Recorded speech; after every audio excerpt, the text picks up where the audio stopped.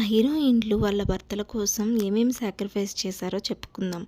మొదట నమ్రత శిరోద్కర్.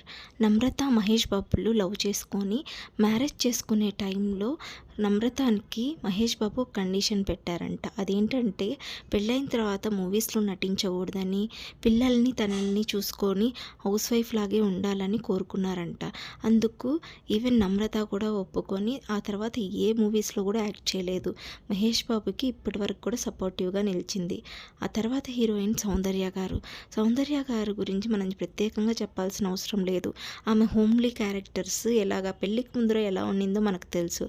అయితే తను పెళ్ళి కాక ముందరే తన మూవీస్లో బోల్డ్ సీన్స్, ఇంటిమేట్ సీన్స్లో నటించనని చెప్పేదంట. ఎందుకంటే పెళ్ళైన తర్వాత ఆ మూవీస్ తన హస్బెండ్తో చూసేటప్పుడు తనకి ఎలాంటి గిల్టీ ఫీలింగ్ ఉండకూడదని చేయలేదంట. అలానే శ్రీలీల.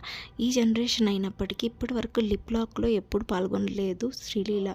ఎందుకంటే తన ఫస్ట్ లిప్ కిస్ తన హస్బెండ్తోనే ఉండాలని తను కోరుకున్నారంట.